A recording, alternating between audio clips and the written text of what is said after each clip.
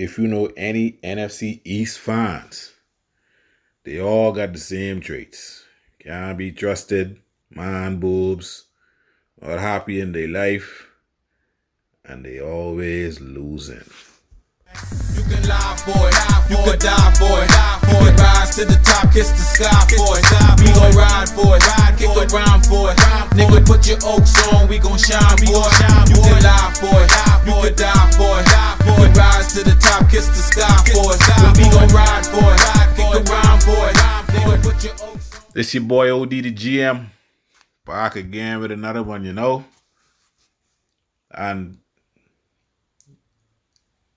who thought we would have lost that game? Who, the way we were playing, who thought we would have lost that game? Logan Ryan come out taking shots at our quarterback. But he was ready. He was available as an emergency QB, and he could throw 2-yard passes to the left just like Tua. Just their last way. All some sore losers, man. You don't troll after you get beat. Do it before, Do it before. It's amazing, they all say Tua, bunch of short passes. That's what Dolphins running, but they can't stop it. You know what coming. It's like when O.J. Simpson played for the Buffalo Bills, right, in the 80s. And the Lions, I think this was a big game, and the Lions played them, and they knew their game plan was to put as many guys in the box and stop the run. Right? They didn't fear the passing attack. They just wanted to stop O.J. Simpson. And they could not stop O.J. Simpson. I think he had like 200 and some yards that day. They could not stop O.J. Simpson. You know Tua is going to throw 4 or 5-yard passes, 6-yard passes all day. All day. All of that to the tune of 240 plus yards, or 4 or 5 and 6-yard passes on your defense. Yeah, Logan Ryan. Anybody know what Logan Ryan is? At this time, call him, tell him, shut up. Alright? Stop Landon Roberts is favorite Dolphin. And what he does on the field is only some of it. I saw the camera go on him, and he was letting one of the Giants players have it while he was on the sideline, telling him he's a B-A-N. Y'all could fix it in there. That's the kind of fire I like on the sideline, man. The fellas on the other side of the field are not your friends. You came here to do a job. Like Christian Wilkins said in Mic'd Up, we talk after the job. Right now, you're an enemy. Simple and plain, Talk about the rookie, Jalen Phillips again, another 2 sacks. One was all him and one was coverage. The guys really held it down in the back end, and he was able to get 2 sacks yesterday. 8.5 on the season. Dolphin record. 8.5. Young boy emerging. You understand? I had a lot of people telling me he don't look good early in the season, whatever. It take these young people, got to remember they young players. They have to learn and grow. We don't have that much veterans to help the young guys. Usually when you have some veterans, the learning process is quicker. But it took a while because, it wasn't much veterans. It wasn't much veteran coaches. It wasn't much good teachers. Ain't much good teachers on our team. So sometimes it takes a while. And Jalen Phillips is a beast. If it wasn't for number 11 in Dallas, he was the rookie of the year. He would be the rookie of the year, I'm telling you. And Parker, 5 catches, 62 yards, pardon me. And he looked good. Once Parker is healthy, he's an asset to the team. The problem is his availability. And we all know availability is your best ability. I wish he can stay healthy because he can be that alpha on one side of the field. Waddle. I heard them talking about Miami's new passing combo. Got a ring to it, man. Jalen Waddle 9 for 90 yards, and if he had caught that slant, he would have had more. He might have still been running. You understand? Isaiah Ford caught a touchdown pass. Isaiah Ford just seems to stick around, man. I don't know. I don't understand. I would have liked to see Kurt Merritt get those reps. We know what Isaiah Ford is. He gets lucky now and again and gets a touchdown or maybe a little slant completion en route, but we should have tried Kurt Merritt. I still feel a young guy should have gotten a chance, but the season's still going on, so who knows? 2 of 30 for 41 passes, 244, and 2 scores. You know what we're going to do. We're going to hit you with 4, 5, and 6 yard passes. Now and again, we'll try to get you for 10 or 12 yards. But basically, the Miami offense. We can't run the ball. We just quick passing game, short stroking you, and you can't stop it. Shut up, Logan Ryan. Mark Hollins caught a TD. I'm always excited when Mark Hollins catches a TD.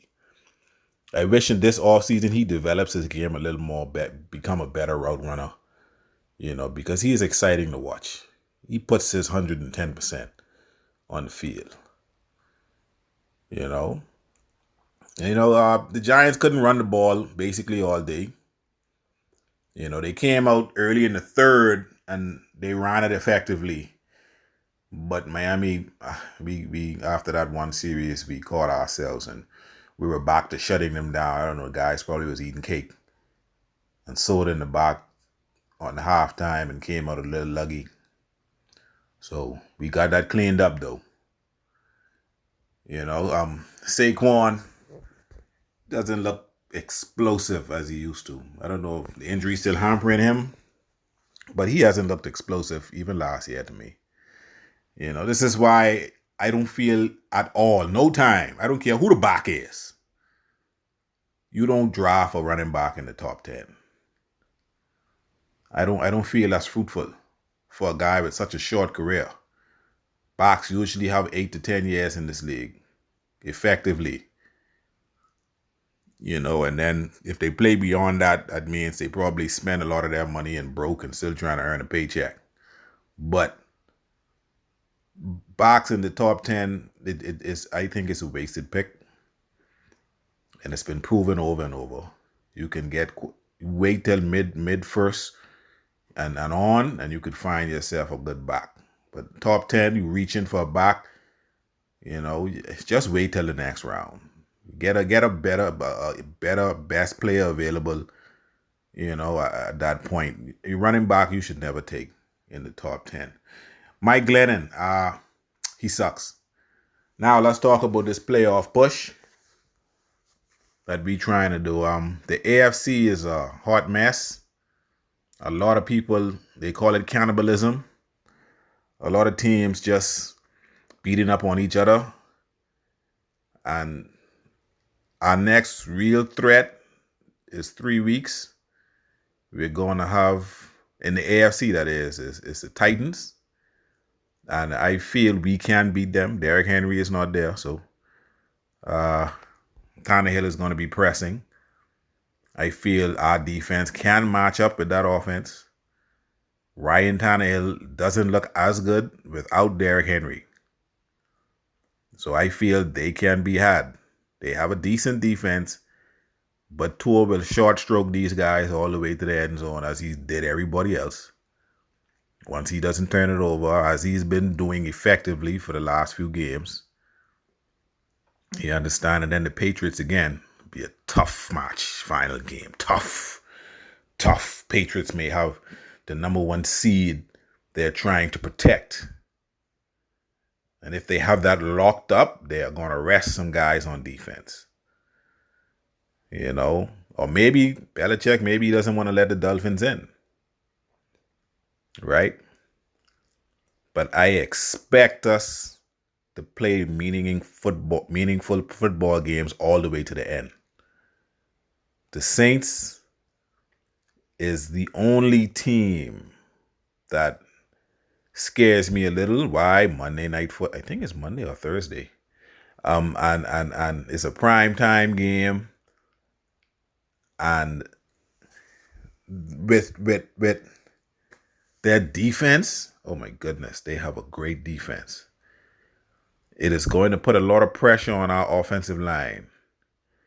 And it's going to put a lot of pressure on our OCs to keep us balanced with the running attack and allow to short stroke these guys.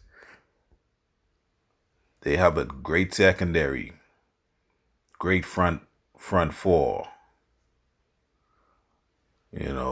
Decent overall front seven. It's a good defense. It's a real good defense. That quarterback, his name escapes me right now. And he's a dual threat guy. He's an athlete. His arm doesn't scare me enough. He will give us 1 or 2 picks, but the defense will keep them hanging around. And then if they get that running attack with him, and oh man, that is going to be the game to watch. If we win that game and the AFC continues its cannibalism, we may sneak right in the back door of that 7th seed. We may do it. But we're going to have to win every single game. I don't think we can afford to lose any game.